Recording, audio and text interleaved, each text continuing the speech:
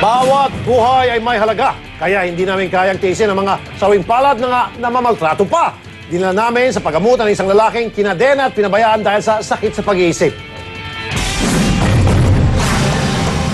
Isang text ng concerned citizen ang natanggap ng T3. Isang lalaki sa barangay Marcelo, Parañaque ang may sakit sa pag-iisip at nais niyang matulungan at mapagamot. Kasama ang DSWD at Barangay Women's Desk, pinuntahan ng T3 ang sinasabing address sa amin. Dito namin nakita ang isang lalaki na nakakulong sa loob ng maliit na kwarto na sinahan ng mga rehas. Sa isang sulok, makikita pang kadenang ito na minsay nakakabit sa lalaki. Ayon sa kanyang kapatid na si Mandy Imperial, na wala sa tamang pag-iisip si Edman na makita di umano nito ang pamamaril sa kanilang ama. Sa halip na makapanati dyan, makatama ng kapwa, so ginawa na lang ng mama ko, sa bahay na lang po siya. Dinala ng araw nila si Edman sa doktor para patingnan. Isang taon na nakaraan, kaso hindi siya nagamot. Dahil dito, pinagpasya na lamang nila na iuwi ito. Kaso, lalong lumala ang sakit ni Edman at dahil hindi nila ito makontrol, napagdesisyonan ng pamilya na ikulong na lang siya. Mahal ko siya. Siyempre, alaga ko yan hanggat lumaki. Siyempre, may anak ko hindi mo mahal. Kung hindi mo mahal yan, hayaan ko na kapag alagala niya, saan siya pupunta, bahala siya.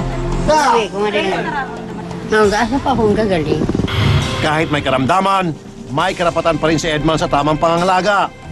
Kasama ang DSWD at mga barangay officials, kinausap namin ang pamilya ni Edman na dalhin muli siya sa National Mental Hospital Institute. Sa ngayon, kasalukuyang inoobserbahan at nasa pangangalaga na ng NMHI si Edman. Sa mga nais pong magbigay ng tulong para po sa pagpapagumangamot ni Edman, mali po kayong tumawag sa mga hotlines ng T3.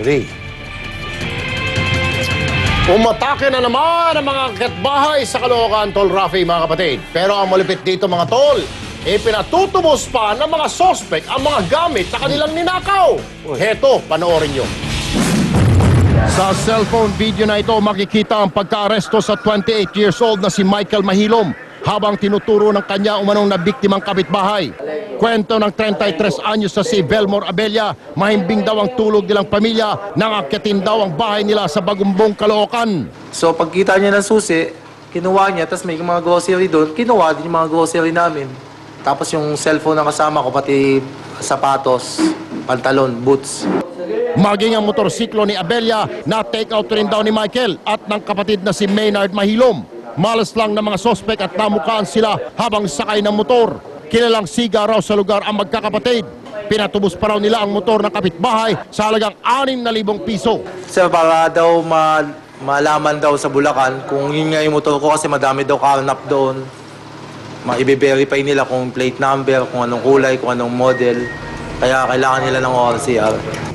Dito na humingi ng tulong ang mga biktima sa pulis. Nahuli sa bitag si Michael sa ikinasang entrapment operation. Dinidiin na lang nila po ako eh.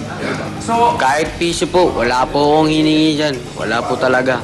Wala ako natanggap sa kanila. Talaga, sana makonsensya kayo. Na bagay, dadalhin niyo yan sa konsensya niyo.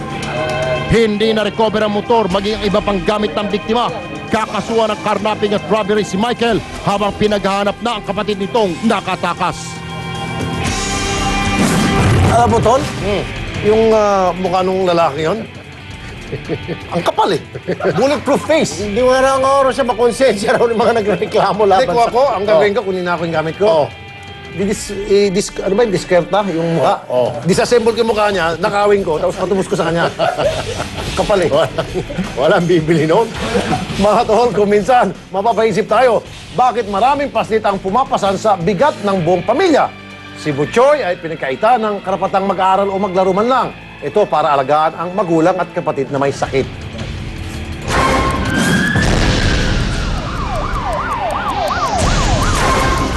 Araw-araw makikita sa labas ng simbahan ng Antipolo ang siyang na taong gulang na si Chukoy. Sa kanyang murang edad, tinalikuran na niya ang paglalaro.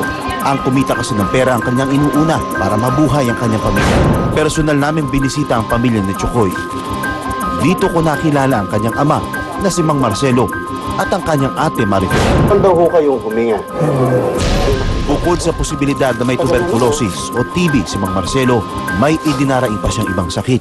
Itong das-das ko, Oo. para may mga ganun na lamaan, sakit. Oo. Tapos hindi ito kabila, hindi ko malaman kung appendix o kidney. Tapos yung Sinuri namin si Mang Marcelo. Oras late yung 79. Sunod namin chinek ang ate Marife ni Chukoy. Ipa-check up ka na ba dati? Ano sabi sa check up mo? Ano daw po, may tama daw po yung ano muna daw. Dito rin namin nalaman na TB ang ikinamatay ng ina ni Chukoy. At dahil sa kondisyon ng kanyang ama at ate, kaya nagdesisyon kami dalhin na lang sa Lung Center of the Philippines ang mag-ama para mas masuri ang kanilang kondisyon. Kung sabihin nga na, sana po gumaling po yung ate ko tsaka papa ko. Benji Durango, Rescue 5.